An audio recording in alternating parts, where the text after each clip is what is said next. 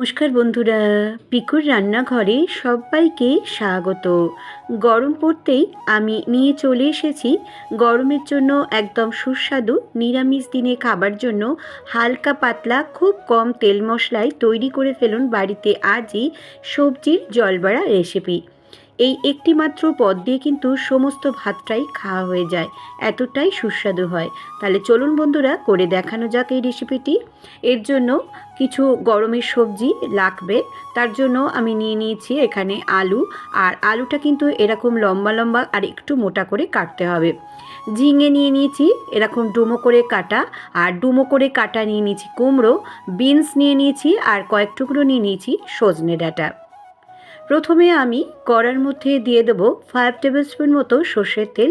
অবশ্যই সর্ষের তেলে কিন্তু রান্নাটি করবেন, আর রান্নাটা কিন্তু খুব কম তেল মশলায়, যেহেতু কম তেলই কিন্তু দেবেন।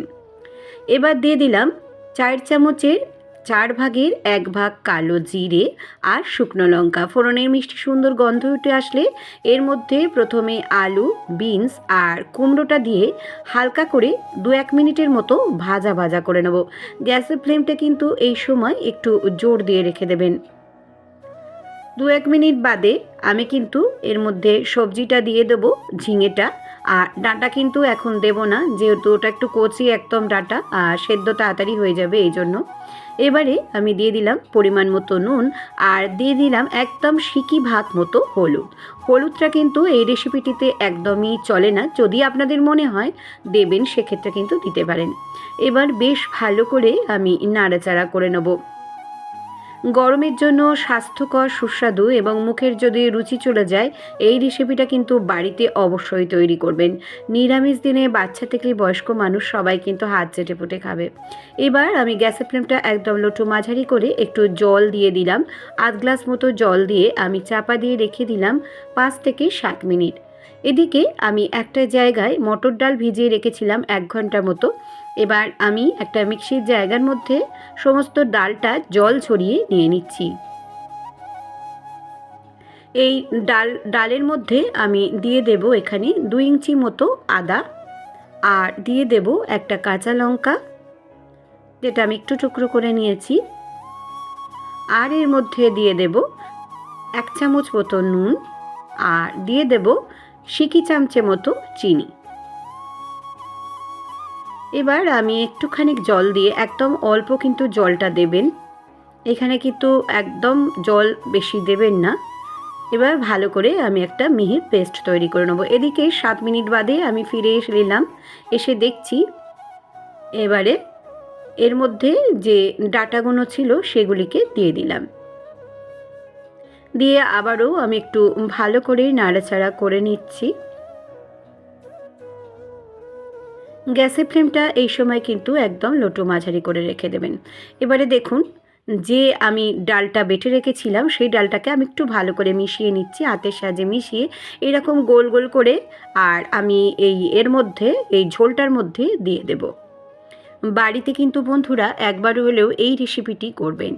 গরমের জন্য সত্যি একদম এত সুস্বাদু কম তেল মশলা খাবারের জন্য এইরকম রেসিপি আর হয় না। আমার রিকোয়েস্ট রইল, বাড়িতে অবশ্যই এভাবে আপনারা তৈরি করবেন। একে একে সমস্ত বড়াগুলিকে আমি দিয়ে দিচ্ছি। অনেক সময় আমরা নিরামিষ দিনেও ভেবে পাই না যে কি খাবো, এরম যদি রেসিপি করে দেন, হালকা পাতলা রেসিপি, এতে খুব ভালো লাগবে আর স্বাস্থ্যের পক্ষেও কিন্তু বেশ উপকারী। এবার সমস্ত বড়াগুলো আমার দেয়া হয়ে গেল। এবার আমি চাপা দিয়ে রেখে দিলাম 5 মিনিটের জন্য। 5 মিনিট বাদে আমি গ্যাসের ফ্লেমটা কিন্তু লো টু মাঝারি করে রেখে দিয়েছিলাম। দেখুন, আমি ঢাকনাটাকে খুলে দিচ্ছি। এবারে খুলে দিয়ে আমি এর মধ্যে একটুখানি নাড়াচাড়া করে নেব। হালকা করে কিন্তু নাড়াচাড়া করবেন, বেশি কিন্তু নাড়াচাড়া করতে যাবেন না। আর 5 থেকে এরকম করে নাড়াচাড়া করে আমি কিন্তু দেখে নিচ্ছি যে সবজিগুলি সেদ্ধ হয়েছে কিনা। পারফেক্টভাবে কিন্তু সবজি সেদ্ধ হয়ে গেছে। এবার আমি এর মধ্যে বেটে রেখে দিয়েছিলাম সাদা সর্ষে আর চারমগজ বাটা। এখানে 1 চামচ সাদা সর্ষে আর 1 চামচ চারমগজকে আমি বেটে নিয়েছিলাম, সেটাকেও দিয়ে দিলাম। আর দিয়ে দিলাম সিকি চামচে মতো চিনি, আর 3টে মতো আধখানা করে চেরা কাঁচা লঙ্কা, আর দিয়ে দিলাম 1 চামচ মতো সর্ষের তেল। এবার কিন্তু আমি 1 মিনিট ফুটিয়ে আমি চাপা দিয়ে স্ট্যান্ডিং টাইম করে রেখে তোমাদের কাছে বন্ধুরা লুকসটা দেখাচ্ছি। দেখো বন্ধুরা কি সুন্দর দেখতে হয়েছে। শুধু দেখতেই নয় বন্ধুরা, খেতেও কিন্তু ভীষণই ভালো হয়েছিল। বাড়িতে অবশ্যই ট্রাই করবেন, ট্রাই না করলে কিন্তু তোমরা বুঝতে পারবে না। সবাই খুব ভালো থাকবেন, সুস্থ থাকবেন। আর এই রেসিপিটি যদি ভালো লেগে থাকে তাহলে অবশ্যই সাবস্ক্রাইব, লাইক, শেয়ার করবেন। নিচে থাকা বেল বাটনটা প্রেস করে দেবেন, যাতে নতুন নতুন রেসিপি বা এরম সুন্দর সুন্দর ব্লগ তোমাদের কাছে প্রথমেই পৌঁছে যায়। আর আমার ফেসবুক, ইনস্টাগ্রামে পিকুর রান্নাঘর আছে, চাইলে সেখানেও তোমরা কিন্তু সদস্য হয়ে যেতে পারো। সবাই খুব খুব খুব ভালো থেকো, আর একটা করে প্লিজ লাইক করো, ভালো কমেন্টস করো। আবারও আমি আসবো নতুন নতুন রেসিপি বা এরম সুন্দর সুন্দর ব্লগের সঙ্গে। এতক্ষণ আমার সঙ্গে থাকার জন্য ধন্যবাদ।